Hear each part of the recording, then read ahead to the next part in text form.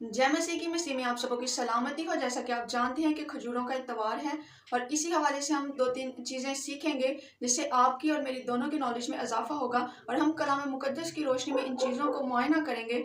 First of all, खजूरों का इतवार जैसे कि हम सबको पता है कि बादशाहों के बादशाह के इस्तकबाल का दिन है कि हम इस खुशी में खजूरों का इतवार जो है वो मनाते हैं कि दुनिया को जो नजात दहिंदा है वो हमारे लिए अपनी जान गंवाने को आया था ताकि हम लोग नजात पाएं, हमारी ज़िंदगियां बचें और हम गुनाहों से रहाई पाएं। और दूसरी चीज़ जो हम सीखेंगे कि होशाना होशाना का जो हम नारा बुलंद करते हैं खजूरों के इतवार पर, उसका क्या मतलब है? उसका मतलब है मुखलिसी देने वाला, नजात देने वाला, बचाने वाला। और जब उन लोगों ने देखा कि खुदा यीशु मसीह आ रहे हैं तो उन्होंने होशाना का नारा इस वजह से लगाया क्योंकि वो ये जान गए थे कि खुदावंद यीशु मसीह वही हैं जिसके बारे में लिखा है कि वो हमें बचाने को आएगा। वो बड़ा था जो कि हमारे गुनाहों की खातिर ज़िबा होने को आया। दूसरी चीज़ जो हम तीसरी चीज़ जिस पे हम नज़र करेंगे वो ये है कि खुदावंद यीशु मसीह गधी के बच्चे को ही उन्होंने क्यों चुना।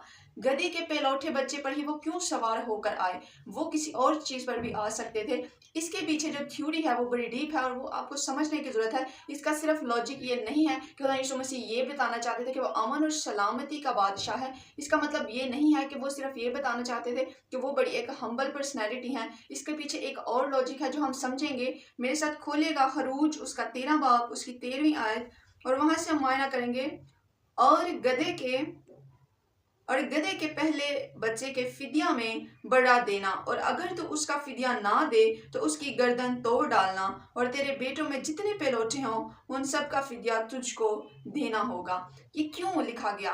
क्योंकि मेरे अजीज़ों, पुराना हितनामा में अगर आप हरूज की किताब में देखेंगे और जब आप इसको पूरा स्टडी करेंगे तो आपको वैसे भी समझ आ जाएगा इसका मकसद क्या था। मेरे अजीज़ों, इसमें ये लॉजिक है कि जब एक नापाक जानवर की कुर्बानी के लिए जो बड़ा, जैसे हम इंसानों के लिए खुदा यीशु मसीह एक बड़ा की सूरत में आए, ठीक इसी तरह जैसे जानवर हैं जो नापाक जानवर थे उनके लिए ये था कि उनको भी एक बड़ा ज़िबा करना होता था, और अगर वो नहीं करते तो उसके इवज जो गधी के पलौठे बच्चा था उसकी उनको गर्दन तोड़ डालने का हुक्म था। ये अगर आप हरूज की किताब इसके 13वें बाब का पूरा आप इसको स्टडी करेंगे तो आपको समझ आ जाएगा पुराना अहदनामा से।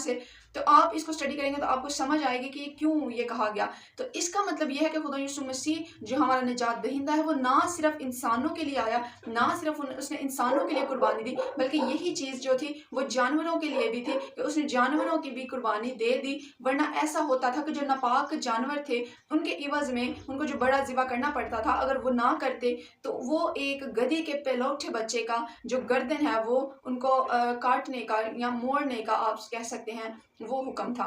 तो ये मुझे उम्मीद है कि आपकी नॉलेज में भी इन बातों से इजाफा हुआ होगा, आपने भी बरकत पाई होगी इस वसीला से। और हमें ये छोटी छोटी चीज़ें जो है हमें जानने की ज़रूरत है कि हम जो चीज़ मनाते हैं, हम जिस दिन को बड़े जोश खरोश से, ये खुशी का दिन है। बेशक खुदा यीशु मसीह हमारा निजात दहिंदा हमारे लिए कुर्बान होने के एक बड़ा की सूरत में हमारे दरमियान आया, और जब लोगों ने उसका खुशी से इस्तकबाल किया, उन्होंने ये देखा कि खुदा यीशु मसीह आता है हमारे गुनाहों की खातिर कुर्बान होने को, और उनको समझ आ गई थी कि हमारी ज़िंदगियां अगर दलदल से निकलेंगी, आज गुनाहों से रिहाई पाएंगी, तो वो इस बड़ा के ज़रिया से सब होगा। तो ये चीज़ें हैं, ये आप सीखें, और ज़रूर है कि हम कलाम मुकद्दस से सीखें, हिकमत से सीखें और सच्चाई का कलाम सीखें। और खजूरों का इतवार आप सबको बहुत बहुत मुबारक हो। God bless you.